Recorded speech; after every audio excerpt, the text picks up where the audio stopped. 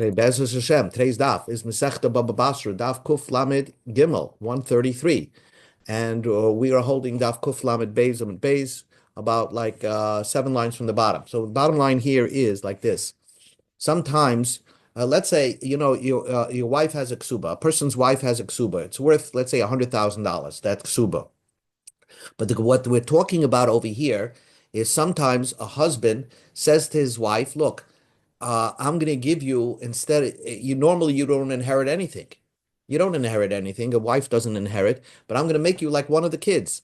And I'm going to split my assets. So let's say he has $1 million assets and he has two kids. And so he says, My wife, you'll get a third of the assets, right? Or something like that. She gets a third of the assets. So when he dies, and she forfeits her ksuba because she's very happy, that she got much more than that. So she forfeits her ksuba and she can't collect on her ksuba from the assets that were given to the other kids. So that's even though we didn't hear her saying, "I give up on my ksuba." But the fact is that you were there when the husband was dividing everything up, and you were pretty happy that you got a share of the assets. Although if it went through the normal Jewish channels of Yerusha, you would get nothing. You would just get Yuksuba. So the fact that he wrote down that he wants you to have a third of his assets, so basically the woman uh, gave up her rights to her ksuba. So now we're going to bring 3 stories regarding that matter, and that's not always the case. So the Gemara says like this: Hahu, there was this person, the Amal Lahu, that said, Palga Labras, half he's dividing his assets to his 2 daughters. Palga Labras, Upalga Labras. I'm giving half my assets to one daughter and 50% of my assets to another daughter. What did he leave his wife? Betilsa liitas paperas. And I'm giving a third of my assets to my wife, that not that she's going to own the land underneath, she's going to own the fruits. In other words, let's say there were fruits on all over scattered on the field. A third of those fruits belonged to her. And then he died. By the way, we're talking about a person that's on his deathbed. And he's like, before he dies, he says this statement. So now, wait a second. This woman got a third of the fruits of the field. So did she did by agreeing to that and without protesting, did she forfeit her ksuba? Ikla Rav Nachman or Surah. So Rav Nachman was in Surah when this happened. Ulagabe Rav Chizda, Rav Chizda went to visit Rav Nachman. Amalahu kihai gavnamai. So he said to Rav Nachman, what's your thinking regarding this matter? Amalei, so Rav Nachman said, Hachi Amashmul, Shmuel said, Afila lo hikne ela dekalecha lepeiroisav ibduk subosa. Even if, Shmuel said, that even if he only gave his wife, right, 1 tree full of fruits, and that's it, and maybe her ksuba is worth a lot more, and then he died, the fact that she didn't protest, she lost her ksuba. So Rav Nachman's initial reaction is that the woman received something. She received fruits. So therefore, that's it. She can't collect on her ksuba. Amalei, so Rav Chizda said, Ema da Amar Shmuel Hasam. When did Shmuel say over there that she forfeits her ksuba? The aknu la bugufa the ara, that she actually has a piece of real estate, let's say a tree, something. So really, her ksuba is supposed to be collected in real estate. And instead of that, she got a small piece of real estate while he was, just before he died. So by not protesting, she forfeits her ksuba. So therefore, that's when you say she forfeits her ksuba. Hacha, but in our story, peirahu, that all she got was fruits that were scattered all over the field. She didn't get any real estate. Would she lose her ksuba? Amalei, so Rav Nachman said, "Metaltali comrade, you're saying movable items. I didn't know that. Metaltali vade loikamin. I didn't say that matter that she loses a ksuba based on receiving movable items." Story number 2. Hahuda Amalahu, a man said, Tilsa lebras. A third of my assets goes to one daughter, or Tilsa lebras, and a third of my assets go to another daughter. For Tiltas liisas, and a third goes to my wife. So right away there, and then he died, right? So he was on his deathbed and said all that. So, but before he died, now by saying that, she lost her ksuba. That for sure, she lost her ksuba. But before he died, shchiva chata mibenaise, one of those daughters died. Okay, so and therefore, ex post facto, the husband who was on his deathbed inherited his daughter, who owned a third of the assets. So now, when the husband dies, the woman wants to collect her ksuba from those third of the assets. Savar Rapapi Lemei. Rapapi initially said, "Lo shakla el tilsa." She only gets a third of the assets and no ksuba. She forfeited her ksuba, right? She that third went back to the husband, and that originally that third was originally one of the daughters. So the wife will not get it. So we go to the top of Kuf Lam Gimel Lamed Aleph. Amalei Rav Kahana. So Rav Kahana said, "Ilu hadakana miloi shakli."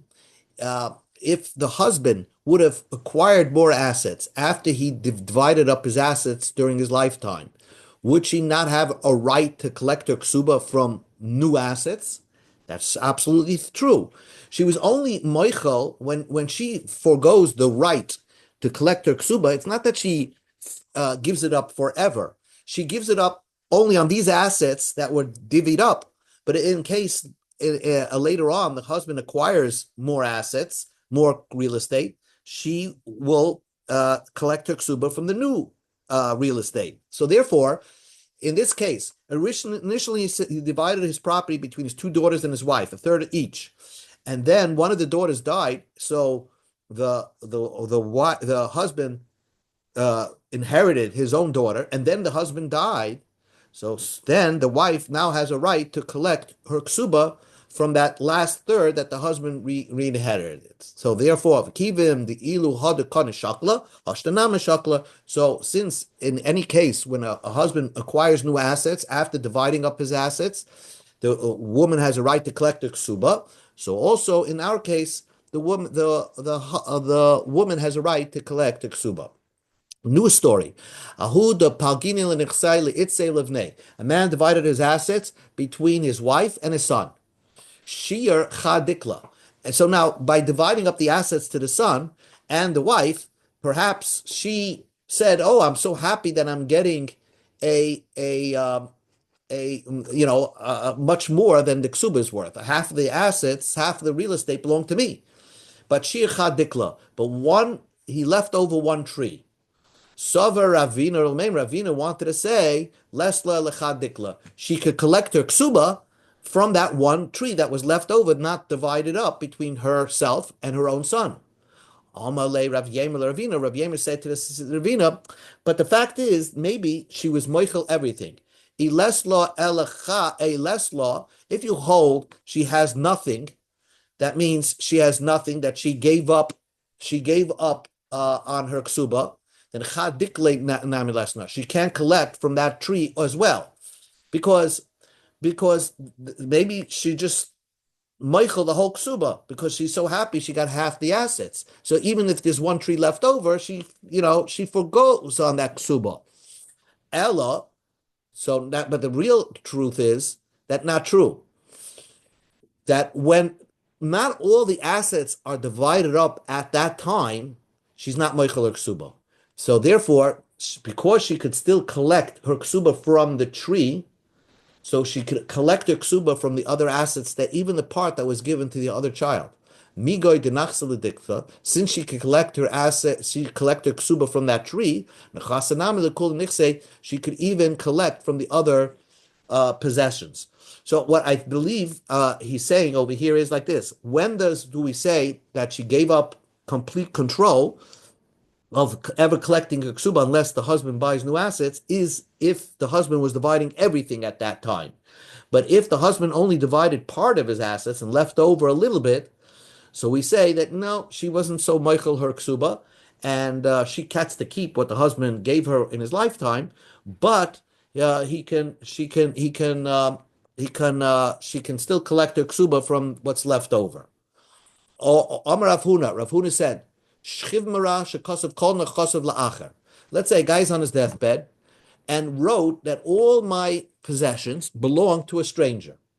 but he didn't say I'm gifting it to a stranger or I'm making my stranger inherit it. Now, there is a difference, as we will learn shortly, if he said that I want my stranger to inherit my items, or if he says I want it to be a gift to him. So we say like this, since he didn't specify what he means, Imroy liyarsha, if that stranger is really not a stranger but a relative, Noit Mishum Yerusha, then we assume that he meant that that this person should inherit it. Ve'im but if he's total not related, so then Noit Mishum Matana, then he accepts the all the assets, all the possessions, but it's a gift. Now, what's the difference between if he gets the items as an inheritance or a gift? We'll again see in a moment. So Amalei Rav Nachman. Rav Nachman says, now the fact is the Gemara understood that Rav Huna is maybe talking about, maybe he's giving it to one of his sons, right? And he's giving all the inheritance to one of his sons. And so we say that if Shchimara does that, if a person's on his deathbed and gives all his assets to one of his sons, it works. But that's the opinion of Rabbi Yochanan ben Broika. So the question Rav Nachman asks Rav Huna, Ganuva Ganuve Lamalach, why do you have to steal and pretend this is your own thought? And really, you're basically repeating what Rabbi Yochanan ben Tzarich says. Isvir lach Rabbi Yochanan ben Broika. If you hold like Rabbi Yochanan ben Broika that a man can give all his inheritance to one son, Ema halacha Rabbi Yochanan ben Broika, then why don't you say the halacha is like Rabbi Yochanan ben Broika? Because we hear that your opinion is that you hold of Rabbi Yochanan ben Broika. Rav Nachman didn't clearly understand where Rav Huna is going over here. What is the novelty over here? What is he trying to say?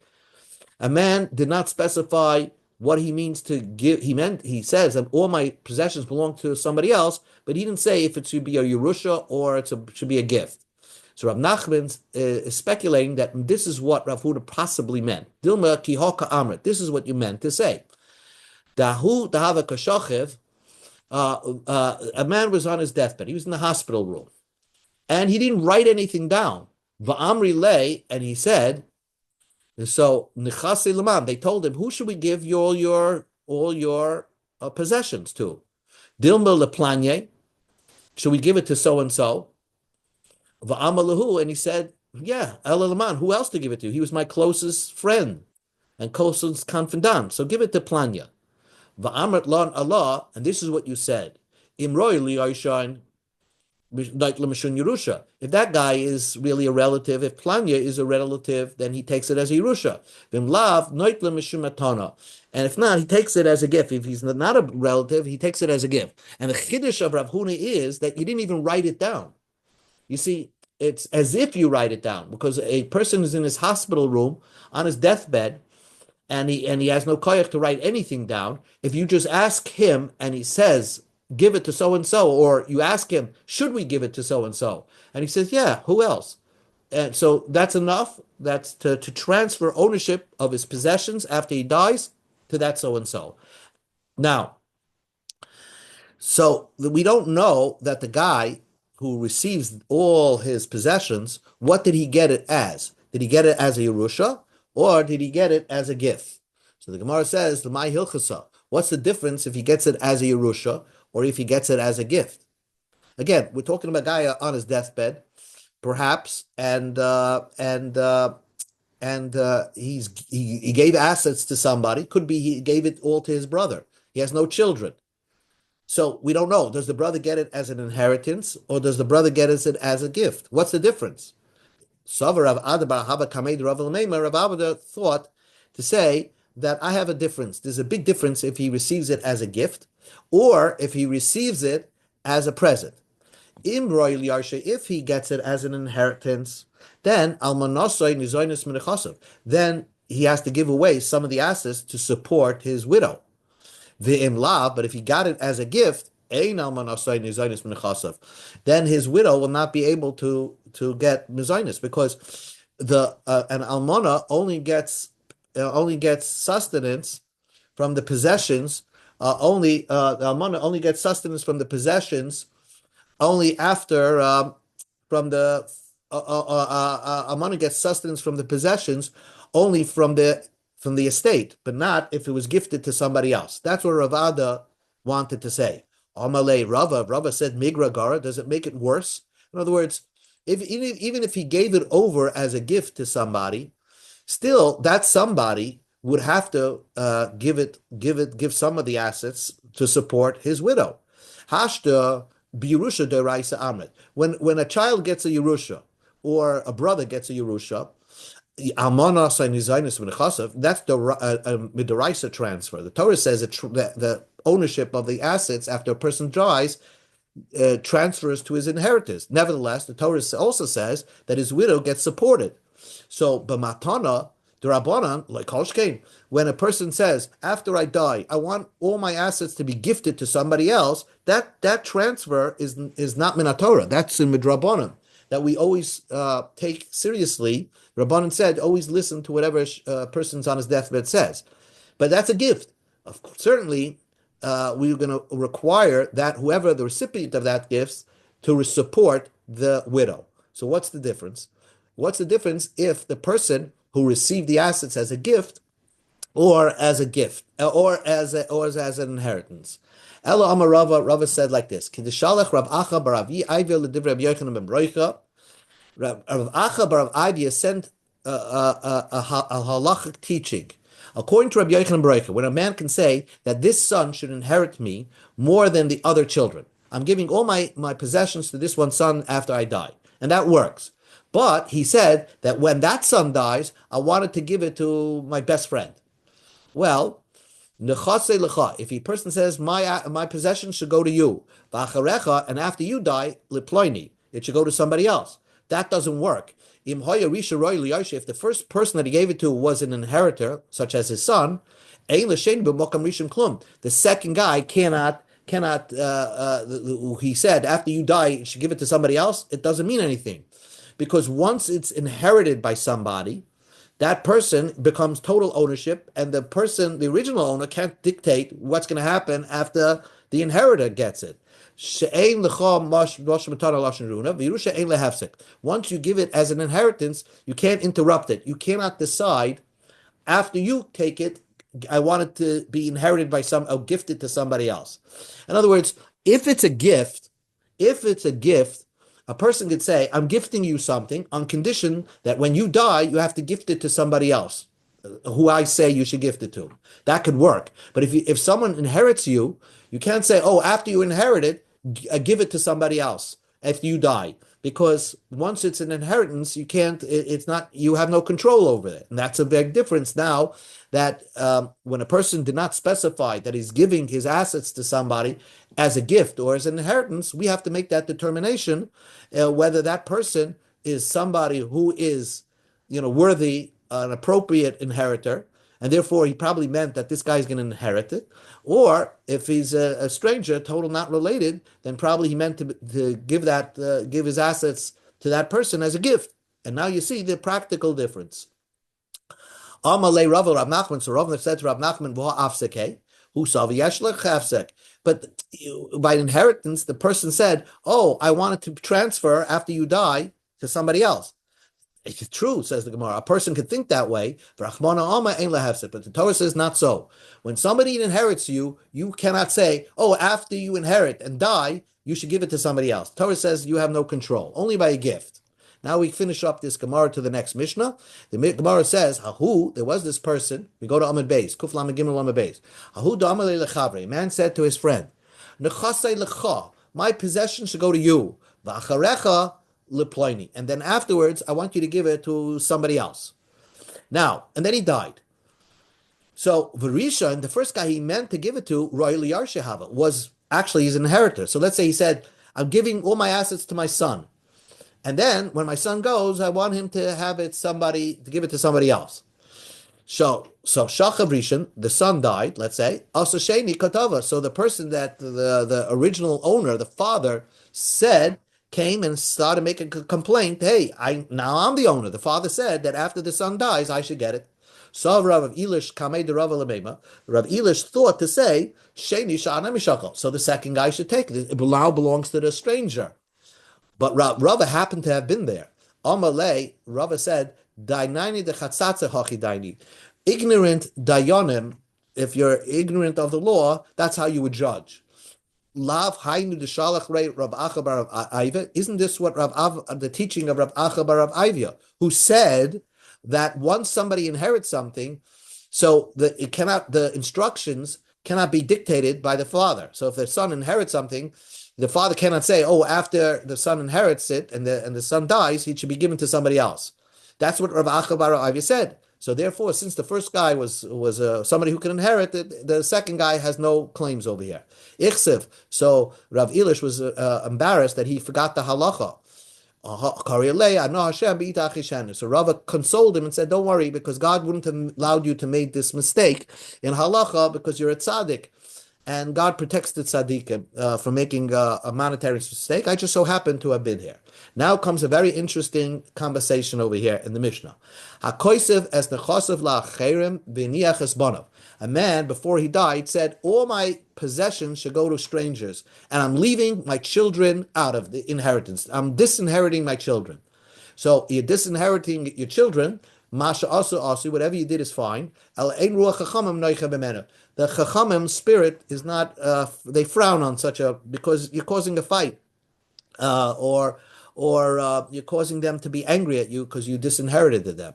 Rabbi Shimon ben Gamliel says, "Im loy hoya banav nehagen kashura." Rabbi Shimon ben Gamliel qualifies it. He says, let's say the boys went off the derech loyalenu. They're not conducting themselves properly. So then zachula toiv. Then the guy, the father who did such a thing, you should mention him to good. That's a fine thing that he did.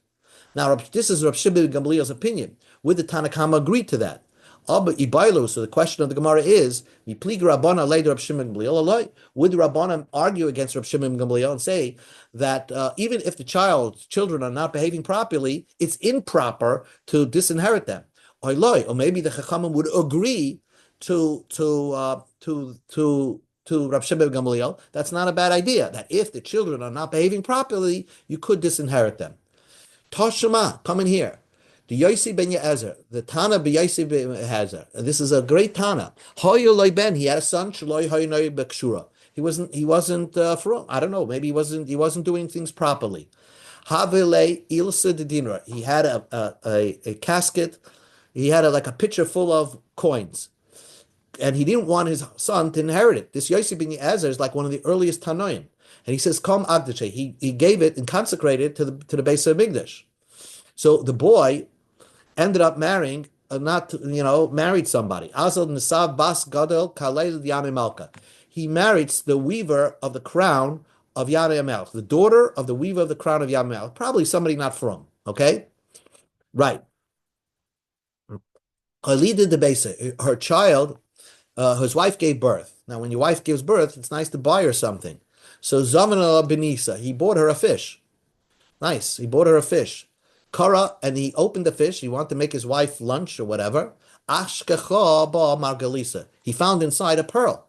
So he bought his wife a fish because she gave birth, and he found a pearl. Now, remember, his father disinherited him by giving all his possessions, which was one pitcher full of coins, to the base of Migdash.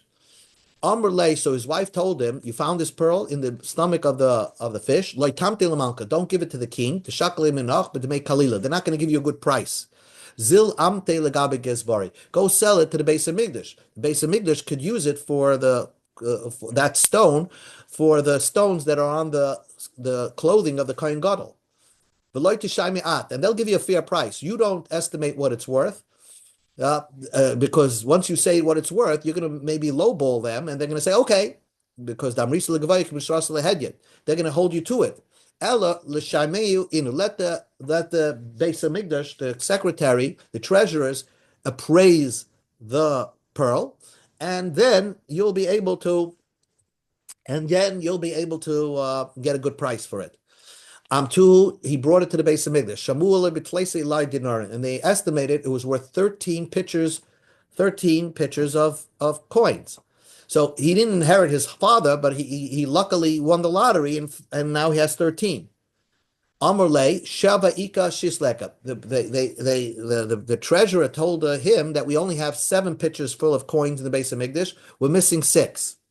So he was nice. He was so happy. He got this windfall. The son of Rabbi Yosef ben Yezer, who is, let's say, not from Amalei Shva Havli. Give me 7. Shis Harein K'Migdashos L'Mayim, and 6. Let it be kept in the base of Migdash. I give. You could keep it. Amdu v'Kosvu. So they wrote down on the wall of plaques. Yosef ben Yezer, the father, Hechnesakas, brought us 1 pitcher of coins, Ubenoi Hechnes Shesh, but his son gave us 6 pitchers of coins. V'ika de Amri, and others say, Yosef ben Yezer Hechnesakas, they saying that Yosef ben Yezer brought 1, Ubenoi Haitzi Sheva, but his son took 7. So gave us 7, or took out 7, but he left us 6. I mean, he took out 7. They were, so that's what they wrote on the wall. But the thing is that they both wrote Hichnes, that they were so happy that Yosef ben Yezer donated to Hegdish. So Mikdik Amri Hichnes, since they were proud that Yosef ben Yezer donated to Hegdish, Michlal de Shap Arvid, that it's a good idea that Yosef ben Yezer did because he saw his son was going off the derech, so he disinherited him. Isn't that a proof that it's that if you have a son going off, it's not kshura, you could disinherit them, and the Rabbanim would agree to that. It's not Rav Shimon ben Gamliel. Adarab, just the opposite. Bidika Amri Hoitzi Michlal Lav Shapa Ovid. Since it said that he was taking out 7 coins from Hegdish, so it's probably he didn't do good, because maybe if his father disinherited him, he wouldn't have married such a lady, and this whole story wouldn't have never happened. That's how you have to learn pshat. So Ella Maha, from that story, you can't find a solution to this problem over here. That if a son is not Noy Kashura, would the Rabbanan say disinherit him? So we'll see more about that tomorrow. May Hava Allah. Okay. Okay. Very good. Okay. Thank you so much. Have a great evening. Great evening.